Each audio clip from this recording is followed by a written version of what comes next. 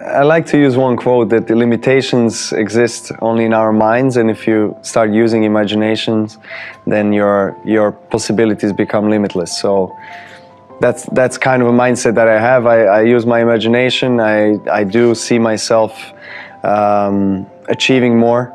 I'm hoping, I'm working hard on it, not only myself, but the entire team around me. All the big famous people that you hear about, you know, Richard Branson and Steve Jobs and Zuckerberg and everyone, they're no different than you are, right? 70-something% of the world's billionaires are self-made. So you can achieve this. Now, it's not going to be easy. You don't just wake up on Tuesday and become rich on Wednesday. But it doesn't take any more effort than going to a job that you hate. And unless you believe in reincarnation, you got one shot on this planet. One shot. So don't you want to make a difference? Don't you want to leave something behind and make the planet better than you found it? Why are you here? What do you want to accomplish with your life? And it doesn't have to be being rented, and it doesn't have to be money-oriented.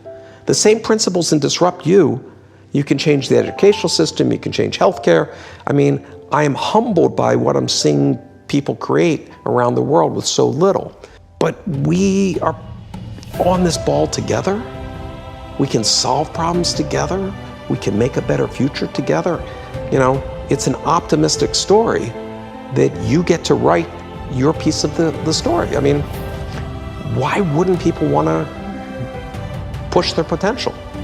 So aim for the stars. If you didn't make it all the way, you made it to the moon, you know, not bad. My rookie year, you get so damn excited because you're playing against these guys that you've been dreaming of and playing against your entire life, right? And you actually crossed over with Jordan, right? Well, yeah, I did, even though he dropped multiple buckets on me. And then told me how he was going to do it, which was impressive because he was 40 years old.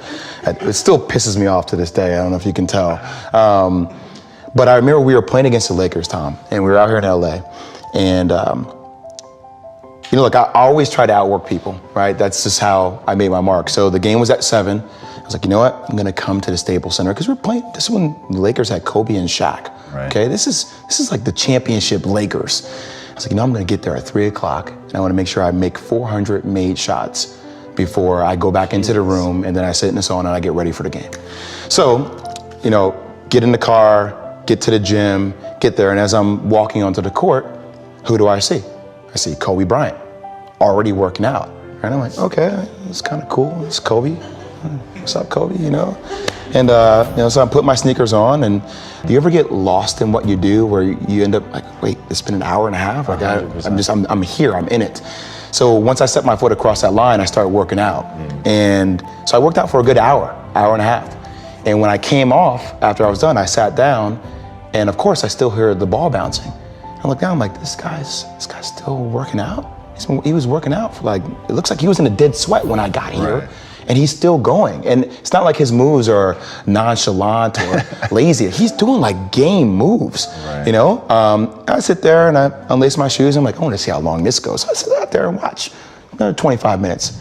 And he got done. I was like, okay, I think I've seen enough. Go play, you know, come back, get in the sauna, get ready for the game. That game, he drops 40 on us, okay? And after the game is over, I'm like, I have to ask this guy. Like, I have to understand, like, why he works like that. Right. So after the game is over, I'm like, hey, Kobe, like, why were you in the gym for so long? He's like, because I saw you come in. I wanted you to know that it doesn't matter how hard you work, that I'm willing to work harder than you. Wow. And he's like, there's nothing wrong with that. Like, I'm not saying I dislike you as a person. You inspire me to be better. Right. And it was the first time I started to see this level of competitiveness where I said, I need to start doing more. In Japanese culture, they have an craft art called kintsugi, where when ceramics are broken, they don't throw them out and buy another, or create another one from scratch. They put the ceramic pieces back together. But the way that they adhese them is with gold, a kind of gold, adhesive gold, sparkly, it's almost like a mortar material. Yeah, it's beautiful. And so you get these these pieces that are broken, but at the cracks are more beautiful. And I thought, that is such, a perfect metaphor. And it's not my metaphor because it goes into the Buddhist concept of wabi-sabi.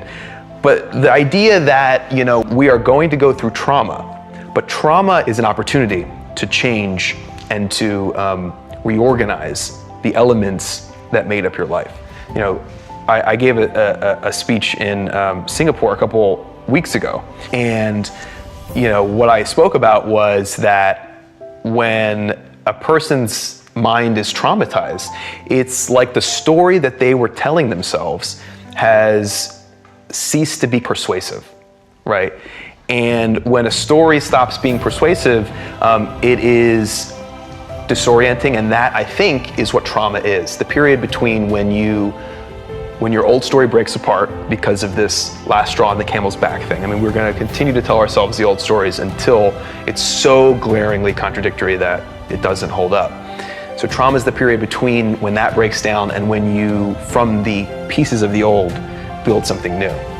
And we'll never glorify the trauma itself, but recognize that in that period, you have a very unique opportunity that will only come along a handful of times in your life to reorganize the story that you tell about yourself to yourself. So that for me is what Kintsugi is all about. And I think a lot of people just really connected with that idea. Life breaks everyone, and some are stronger in the places that broke. For a lot of people that are listening right now, I think one of the, it's funny the way you just positioned that. The truth is, I was a DNF student, right? So Martin Luther King School in Edison, New Jersey, North Hunterdon High School in Hunterdon County, those teachers, they didn't see this coming. And so what I realized was, this is what I was good at, right? I was good at looking at things a little bit different than everybody else. I was good at telling stories. I was good at selling. I was good at really working much harder than anybody else in the things that I was most interested in.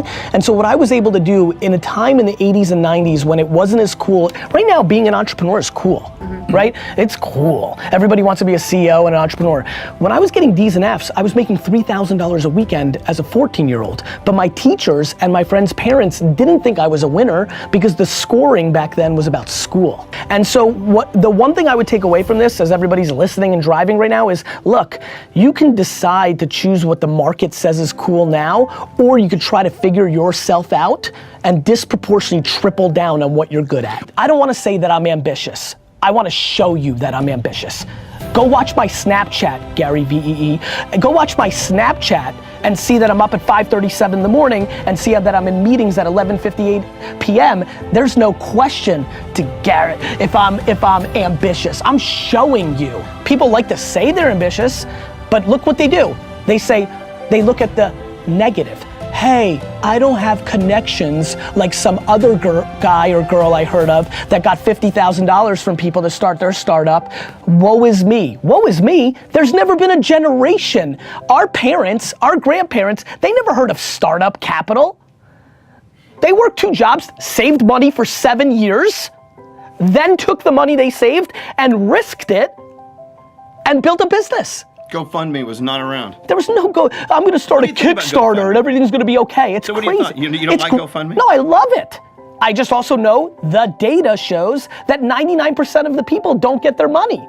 Again, it's like, I think a screwdriver works, but if you don't know how to use it, got it? GoFundMe is a great tool, but do you have such a great idea that America is gonna be excited to write you a check so that you can do it? You get to choose your work-life balance, but that's on you. Like, that's not me to choose or anybody else. What I'm passionate about, Stephen, to be very frank with you, is what did you do from Friday 5 p.m. until Monday 7 a.m.? I'm just curious, and I don't think you shouldn't have a weekend, but I think everybody's ambition actually is more predicated on their actions than their words. My friends tell me all the time they're so ambitious, and I'm like, if that's true, then you punt leisure, and you punt concerts at Jones Beach, and you work. When you do the right things happen. Everybody wants to do something and expect something in return. I'm not interested in coming here and promoting stuff. I don't need to do that.